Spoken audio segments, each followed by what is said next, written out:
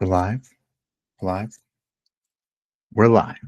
Welcome back, everyone. This is the third episode of Sayonara Baseball in 2025. My name is Brandon Beiser. I am here alone today. Our commander, Kazuki Kiba, is on the road and under the weather, so we hope he feels better. So, unfortunately, you have me, myself, and I today. For today's episode, I'm going to present a wildcard preview, a very short and concise one. And the reason why is a couple of things. One, this might be the first time that, well, Kazuki and I have done this is our fifth year. Our fifth-year anniversary episode will be our next round of episodes. That this will be our first time when we do this, if you join us on this episode, where I think it came down to like the final moments of the final day. And yesterday they played it out just like Championship Sunday in English Premier League, and every game started at 3 p.m. Eastern, so all local times aligned. They played it out. The Mets lost. The Reds were in, and then the result of the Guardians game and the Tigers game determined who was the home field in that game, because we knew they were going to play each other. From what I understand, we know who's going to be the third seed, the winner of the division, and who's going to be the sixth of the final wildcard team. So we're here now. And it feels very much like the NCAA tournament, where like the final game is played and then you have to like wait 10 seconds and then like you have to present the tournament bracket. And we're kind of sort of doing that. So in the spirit of that, and remember, one of my favorite broadcasters of all time, I'm going to try to present this like Greg Gumbel, because it feels like a Greg Gumbel type of moment. Like I said, that it ended and then we're starting right back up immediately thereafter. So here we are. We have the American League and the National League. We're going to start in the American League, and we're going to start in the Northeast. Coming in at the fifth seed is the Boston Red Sox out of the AL East. And at the 4 seed, also out of the American League East, is the New York Yankees. So these games will be played on Tuesday, Wednesday, and possibly Thursday at 6 p.m. Eastern at Yankee Stadium in Bronx, New York. Winner of this series will face the number 1 overall seed, also out of the American League East, in the next round. That'd be the Toronto Blue Jays. This year, the Red Sox have won 9 of 13 in the series. The Yankees have won 4 of 13. Red Sox have won 5 of 7 games played at Yankee Stadium. So they are no stranger to winning on the road in this series, as they have been in the historic rivalry that this is. Probable pitchers. We have Garrett Crochet and Max Fried in game 1, and we have no confirmed starting pitcher for the Red Sox in game 2. We have Carlos Rodon in game 2 for the Yankees. So keys to the matchup. We're going to do this basically the same format for every matchup. We're going to have basically A through F, time, site, winner, who the winner plays, a little bit of series breakdown, probable pitchers if we know them, and keys to the matchup for both teams. So we'll start on the Red Sox. The Red Sox this year just feel like a very young team. I'm looking this currently in the last couple of weeks at Narvaez, Rafaela, who put them in the wild game on Apple TV Plus, which I did not watch, but Trisha Whitaker captured that moment beautifully and then got drenched in champagne on Friday night against the Tigers. And then Homer Abreu. And then we have veterans like Bregman and Trevor Story. And you're kind of blending these parts together. And that's how this team is kind of, competed very well in an extremely tight and tough American League East, as we have 3 out of 6 teams in the American League East. In the National, we have 3 out of 6 teams from the NL Central. Kind of like we expected, but I'm not saying the exact teams in that order. So the keys to the matchup for the Red Sox is this depth and this youth. Is can they continue to, play out these games? And they have a lot of bench players. I mean, that seems to be something that even I underestimate with the Red Sox is who is on this team and who plays a lot of games, because they seem to always find a utility. Alex Cora seems to always find a utility player to bring in.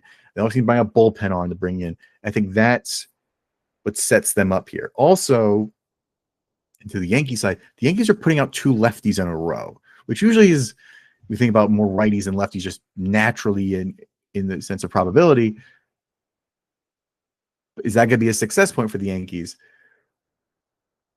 The other part that I'm a little bit concerned about, just by watching a few games of the Yankees recently, is their middle infield defense. I feel like Volpe and Chisholm, ever since McMahon joined at third, I just see errors.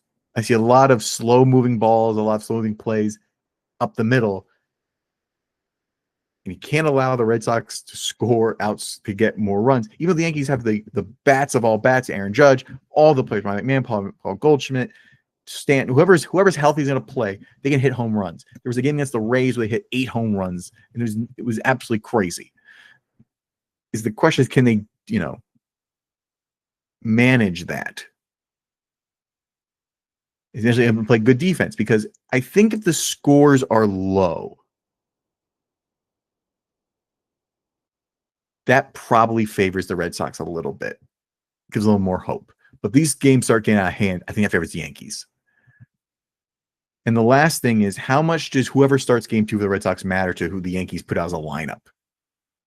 Because Garrett Crochet has been having a fantastic year. But yeah, with Brian Bello, there's no Walker Buehler anymore. So this is going to be an interesting dynamic, playing at Yankee Stadium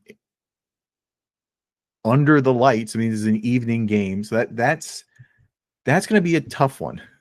I didn't expect it to be this electric and this dramatic in the first round, but baseball needed a sports gossip story, and we kind of got one in the teams we got selected. But the better story. We'll move on to the second matchup in the wild card round, and that's the number 6 seed out of the AL Central, Detroit Tigers, and the number 3 seed, the winner of the AL Central, the Cleveland Guardians. Games will be the first games that start at 1 p.m. Eastern on ESPN Tuesday, Wednesday, and possibly Thursday. Games will be played in Cleveland, Ohio, right off the bridge at Progressive Field.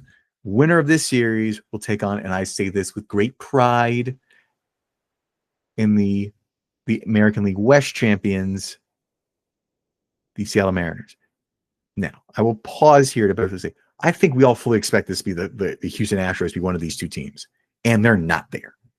We fully expect the Detroit Tigers to probably win this division. They stumbled into this thing. And the Guardians, out of hope, prayer, and just an unbelievable amount of resilience, have made themselves the AL Central champion and are going to host the Detroit Tigers. So Progressive Field is going to be off the charts. I mean, this is going to be a Tom Hamilton special. In the series.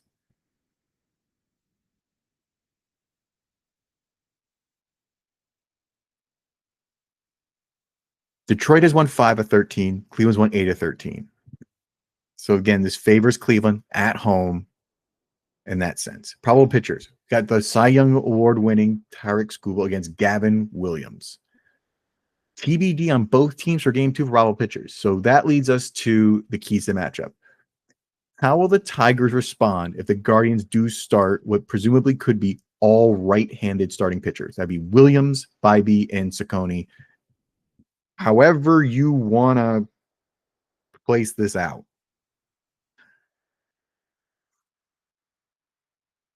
Because that changes the lineup. You have Carpenter, who favors playing against righties, playing Kerry Carpenter, playing with the lefty. Kerry Carpenter may not be as many innings. And the other thing is just, I know momentum's not a real thing in sports, but you can't avoid the topic here. The Detroit Tigers stumbled into the playoffs. They have played so far below the standard they set at the beginning of the season in the second half of the season. They were buyers at the trade. Like, they were doing everything they can, and they just fumbled all the way through to the end. They clinched. They should have clinched early in September, and they clinched on the second to last day. Cleveland, the Guardians clinched on the same day. The starting pitching is where this team has succeeded in the past. How much is that going to matter this time around? Because Tarek Skubal can only pitch one game. And after that, you're going to put faith in the other pitchers, Casey Mize, other pitchers. So will they do that? How deep is that rotation? How deep is their bullpen? Because watching, we talked about this, but the All-Star break, when the Mariners played them, Kazuki and I obviously paid close attention to that, the Mariners ran them out of their own building because they beat up their bullpen. And how much is that going to matter? If you switch to the Guardians side, again, will they start 3 right-handed pitchers in a row, which will set up the Detroit Tigers in a certain way that, could be a little more beneficial. Again, is momentum a real thing?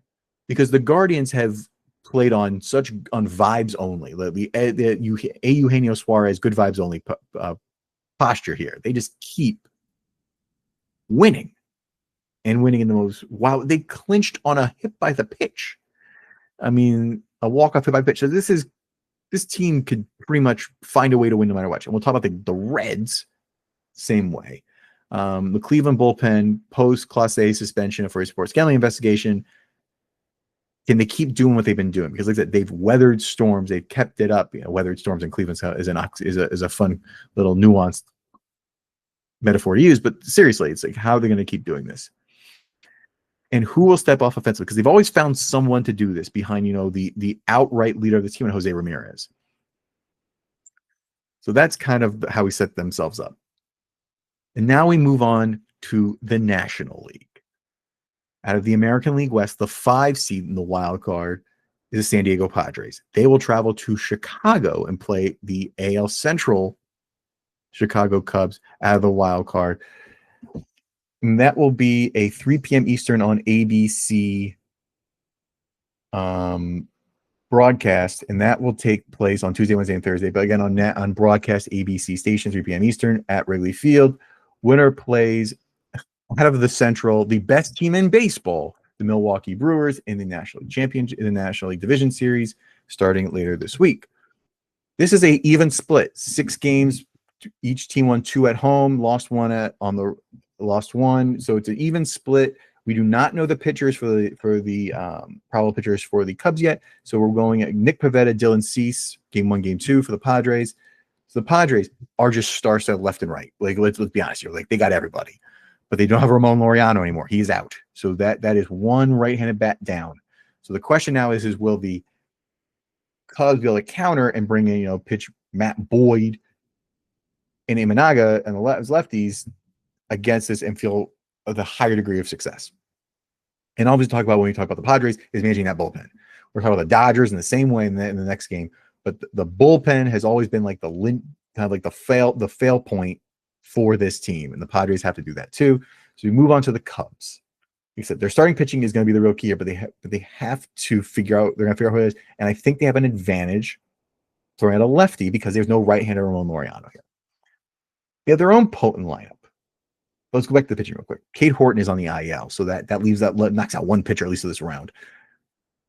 Their own potent lineup for the Cubs is Pete Crow Armstrong. Kyle Tucker is back and healthy.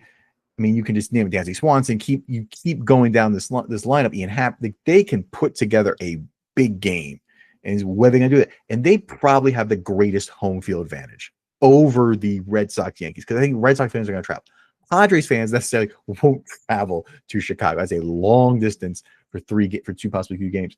So I think that the home field advantage winner of all these 4 matchups is going to be the Chicago Cubs. But now we're going to talk about our final matchup. Like I said, this is going to be short, and we're barely get all done in about 15 to 20 minutes, this whole episode. 9 p.m. Eastern on ESPN, the Cincinnati Reds, the last clinching team on Sunday afternoon out of the AL Central, the 6th seed, will play the 3 seed, the Los Angeles Dodgers, who are the NL West champions, but the 3rd best NL division winner. They'll play these games at Dodger Stadium in Los Angeles, California. Chavez Ravine will be on fire. Will be. That's a bad turn of phrase. It will be something to watch. It will be exciting to watch this series because the winner has to then travel all the way across the country and play the Philadelphia Phillies, the winner and sole team out of the National League East. This series is one-sided this season. The Dodgers have won 5 of 6. The Reds have won only 1 game. Only 1 pitcher has been announced and that is the Reds will start Hunter Green in game 1. Everything else, both Dodgers pitchers and the Reds' second game starter, are to be determined at 6 o'clock Eastern on Monday evening. The Reds, like their Ohio counterparts, are built on scrappiness. It's a word that I hear a lot about teams, about this team. They always find a way to keep themselves in the ball game.